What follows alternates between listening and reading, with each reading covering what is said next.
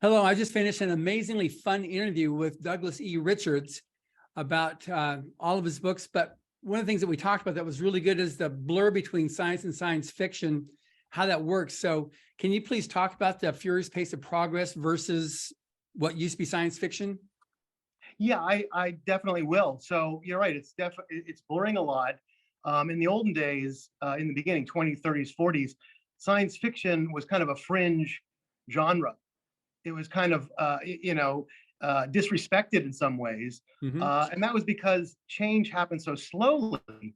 Technology and science progressed so slowly that you really didn't see it. Nowadays, things are moving at such a furious pace. I mean, at a transformative pace that it's impossible not to miss.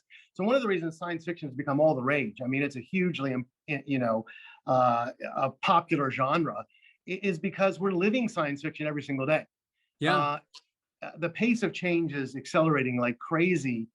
Like oftentimes when I'm writing, I think, well, is this sort of thing that I'm writing about ever going to be possible? Am I going too far? And then I realized there's almost no way to go too far nowadays. I mean, if there's any underpinning of actual science behind it, we're going to figure out a way to do it. And I think, we're kind of all seeing that. I can give you a couple examples if you'd like. Yeah. The cell phone. I mean, what can be more remarkable than that? When I was a kid, we didn't even have cordless phones.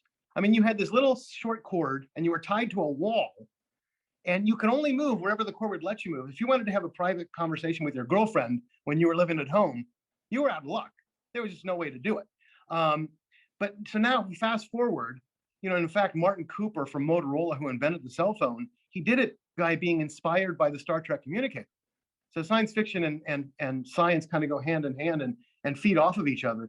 But he invented the cell phone. And now what do we have today? We have a miracle, tiny little device, and we take it for granted. But think about how miraculous a cell phone is. It's a tiny little device, slip in your pocket, and has more computer power by far than the Apollo 11 program. More computing power than supercomputers used to have. Okay, so it's a phone, of course. It can phone from anywhere cordlessly.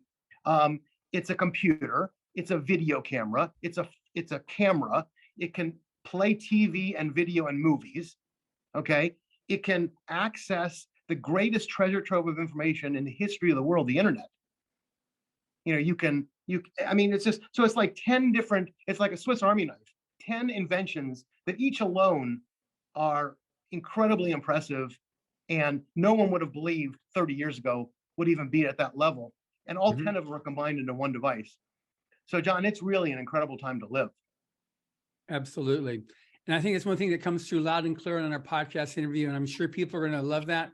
And they're really going to enjoy hearing about Portal, which was the latest book that we just spoke about as well, which made all those questions pop up in my mind as I was reading that and say, I got to find this stuff out when I speak with Doug. So thank you very much. I think people will really enjoy this interview. Hey, thanks a lot, John. Appreciate it.